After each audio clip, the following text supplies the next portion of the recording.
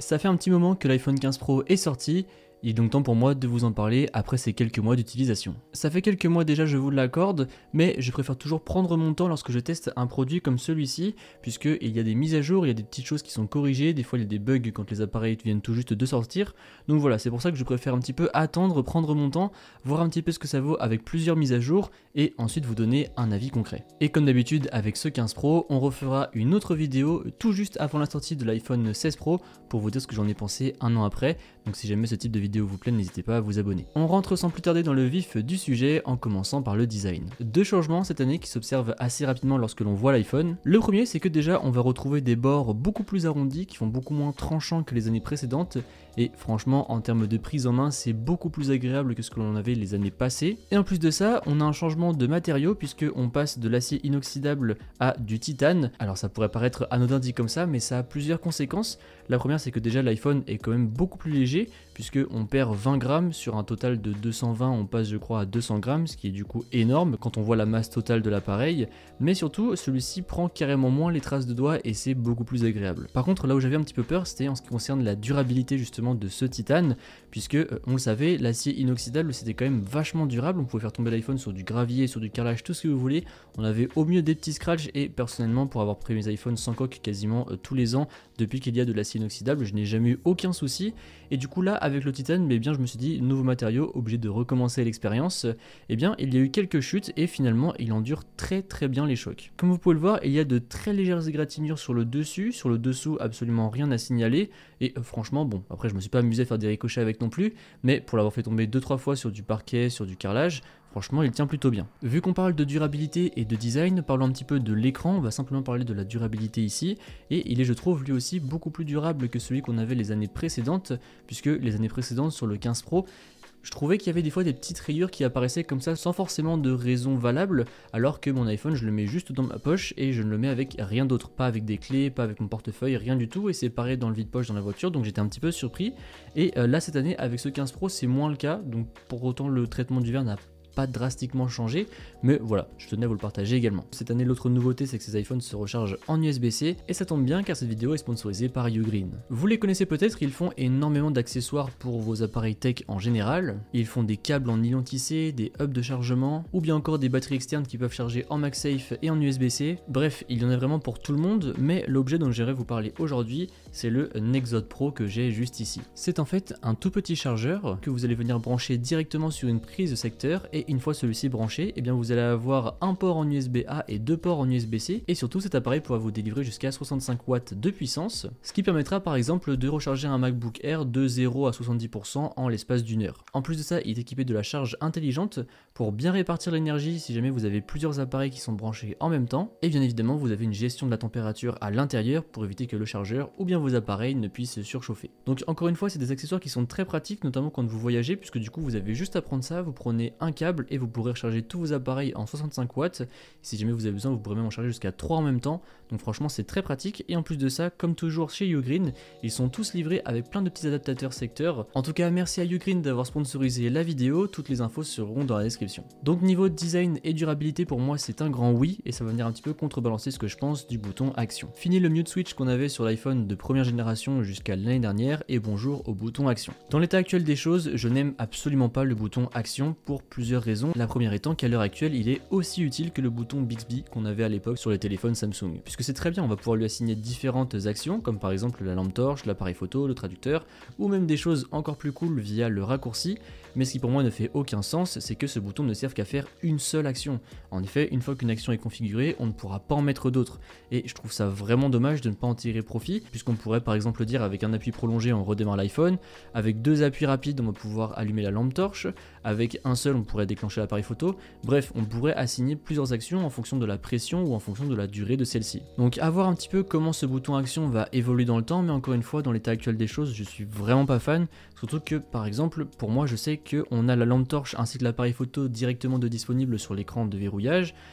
Du coup au final, mis à part de mettre mon iPhone en silencieux ou éventuellement en mode ne pas déranger, j'ai pas trouvé beaucoup plus d'utilité que ça au bouton action. Je vous parlais d'appareil photo il y a de cela quelques instants justement en évoquant le bouton action, et du coup je vous propose qu'on y rentre un peu plus en détail. Donc comme tous les ans maintenant, depuis plusieurs années, on retrouve 4 capteurs au dos de cet iPhone 15 Pro. On va retrouver en effet le capteur LiDAR, un ultra grand angle, un grand angle classique, ainsi qu'un zoom allant jusqu'au x3. Plutôt que d'épiloguer sur les caractéristiques de l'appareil photo, de comment il fait les photos, les vidéos, etc., je vous propose de vous emmener avec moi pendant mon voyage en Nouvelle-Zélande, puisque cet iPhone 15 Pro a été ma seule et unique caméra.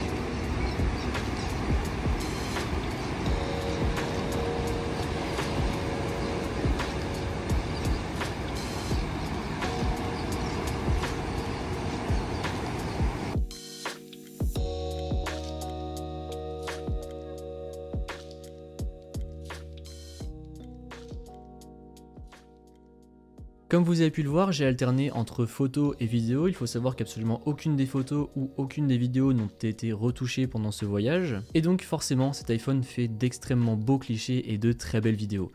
Personnellement, moi ça me satisfait amplement, après j'ai envie de dire heureusement, au vu du prix de l'appareil. En plus, si jamais vous utilisez un iPhone de manière professionnelle, eh bien sachez que vous allez pouvoir filmer en log. Bon, si ça ne vous dit rien, en gros c'est un format de vidéo spécifique qui va servir par la suite à retravailler la couleur en post-production, et vous allez également pouvoir filmer avec votre iPhone et enregistrer directement ce que vous êtes en train de filmer sur par exemple un SSD ou une carte SD externe. Donc ça peut être très pratique, surtout nous par exemple dans la vidéo, je sais que moi il m'arrive très fréquemment d'utiliser mon iPhone pour faire des plans quand je n'ai pas ma caméra, donc c'est vrai que d'avoir cette possibilité là c'est quand même un plus. En revanche il est vrai que parfois je me suis posé la question de vendre cet iPhone 15 Pro pour passer sur un Pro Max, puisque le zoom x5 des fois ça m'aurait quand même bien servi.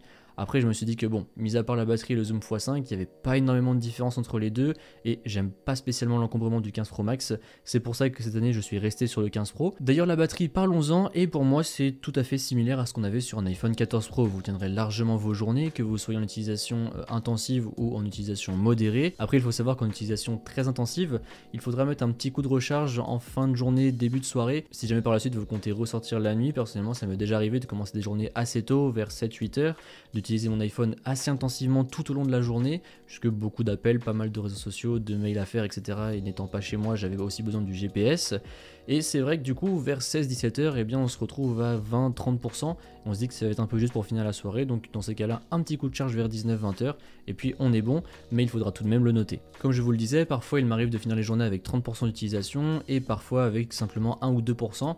Donc voilà, ça va vraiment dépendre de comment vous l'utilisez. Mais moi personnellement, qui fais pas mal de réseaux sociaux, d'appels, de messages, de musique, de Bluetooth, de Wi-Fi, de GPS, tout ce que vous voulez, bref, qu'on peut faire avec un smartphone toute la journée, il me tient, donc voilà, franchement pour moi c'est amplement suffisant. D'ailleurs, si jamais ça vous intéresse, j'ai réalisé une vidéo sur comment économiser de la batterie avec iOS 17, donc n'hésitez pas à aller checker tout ça dans la description. L'une des choses qui va bien sûr faire en sorte que votre iPhone consomme plus ou moins de batterie, c'est son processeur. Cette année, on est équipé de l'A17 Pro, donc c'est une nouveauté, puisqu'avant on avait les puces Bionic et désormais les puces Pro. Dans les faits, ça change pas réellement grand chose, puisque vous aurez toujours un iPhone extrêmement puissant sur lequel vous allez pouvoir jouer, utiliser plusieurs applications en même temps, bref, faire un petit peu tout ce que vous voulez. Et surtout qu'en plus de ça, alors c'est pas encore sorti à l'heure où je tourne cette vidéo, mais vous allez même pouvoir faire tourner des AAA sur votre iPhone, des jeux AAA, comme par exemple Resident Evil. Et franchement, je trouve que c'est juste fou de se dire qu'on va pouvoir jouer à des jeux de console directement sur un si petit appareil. Après, il faudra voir comment ça tourne, puisque c'est vrai que des fois à la sortie c'est pas toujours optimisé, comme ça a pu être le cas notamment avec les iPhone 15 Pro. On le sait, à la sortie, il y a eu beaucoup de problèmes de chauffe. Personnellement, au début, j'ai pas été trop impacté, et après, sans aucune raison valable, j'ai été assez fortement impacté. Mon iPhone chauffait énormément, et en fait, c'était dû à certaines applications qui n'étaient pas encore optimisées pour la 17 Pro, ce qui entraînait du coup une perte de performance drastique et surtout une batterie qui fondait à vue d'œil. Donc heureusement, tout cela a été corrigé via une mise à jour, encore une fois, d'où l'importance d'attendre avant de publier son test sous 10 jours. Et d'ailleurs, parlons un petit peu d'iOS, et c'est vrai que cette année, j'ai l'impression que c'est quand même une des années où on a le plus de bugs sur iOS.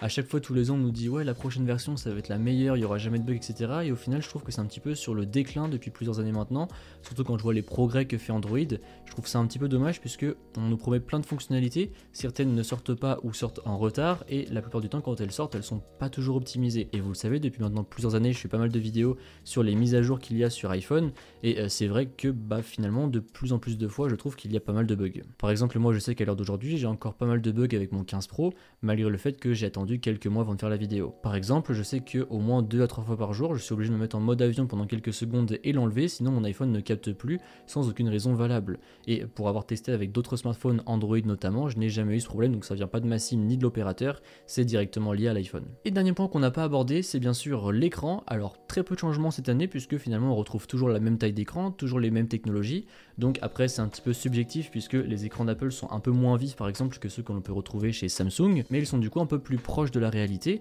et pour moi ça me va amplement. Je trouve toujours que cet écran est très joli, pour regarder des vidéos de manière occasionnelle ça me suffit amplement, et après pour retoucher mes photos, pour moi c'est pile ce qu'il me faut. Franchement, je suis très content de cet écran. Pareil en termes de taille, c'est pile ce qu'il me faut. Je suis pas trop à l'aise avec les grands smartphones, puisqu'au final ça prend beaucoup de place pour la même utilisation, et étant donné que je regarde pas beaucoup de vidéos, de séries, etc. sur mon iPhone, je vois pas trop l'intérêt d'avoir un grand écran. Donc pour moi voilà, c'est toujours un grand oui cet écran, et surtout qu'en plus de ça, cette année cet écran, il déborde un petit peu sur le châssis, ce qui fait que du coup on a des bords un peu arrondis également au niveau de l'écran, et c'est pour moi encore une fois beaucoup plus agréable que ce qu'on avait les années précédentes.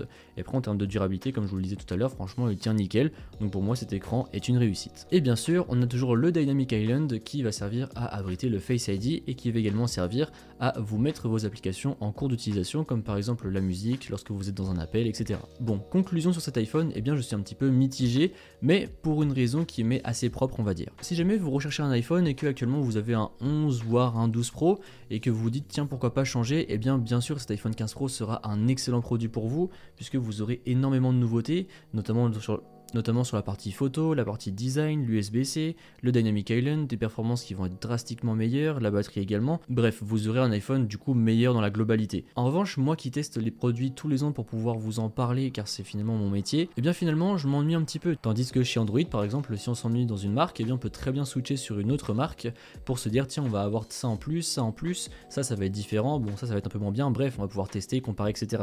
C'est aussi pour ça que je reprends plaisir à tester certains smartphones Android. D'ailleurs il va y avoir quelques tests qui arrivent sur la chaîne, mais après je me dis aussi que cet ennui c'est le prix à payer pour pouvoir profiter toujours de ma continuité dans l'écosystème, même si après je sais qu'il pourrait y avoir d'autres alternatives en mettant des outils tierces en place. J'ai pas forcément envie de me prendre la tête avec tout ça, donc oui au final on s'ennuie un petit peu car il y a peu de nouveautés d'année en année, mais encore une fois si jamais je ne faisais pas de vidéo je ne changerais pas d'iPhone tous les ans, mais si jamais c'est votre cas d'ailleurs, que vous ne changez pas tous les ans mais que vous êtes à la recherche aujourd'hui d'un dernier iPhone et que vous avez en dessous du 13 Pro, franchement foncez sur le 15 Pro, il est extrêmement bon et franchement vous n'en serez pas déçus. Donc voilà un petit peu ce que je pense de cet iPhone 15 Pro, n'hésitez pas à me dire ce que vous avez pensé de la vidéo dans les commentaires, et moi je vous dis à bientôt dans une prochaine vidéo. Allez, salut!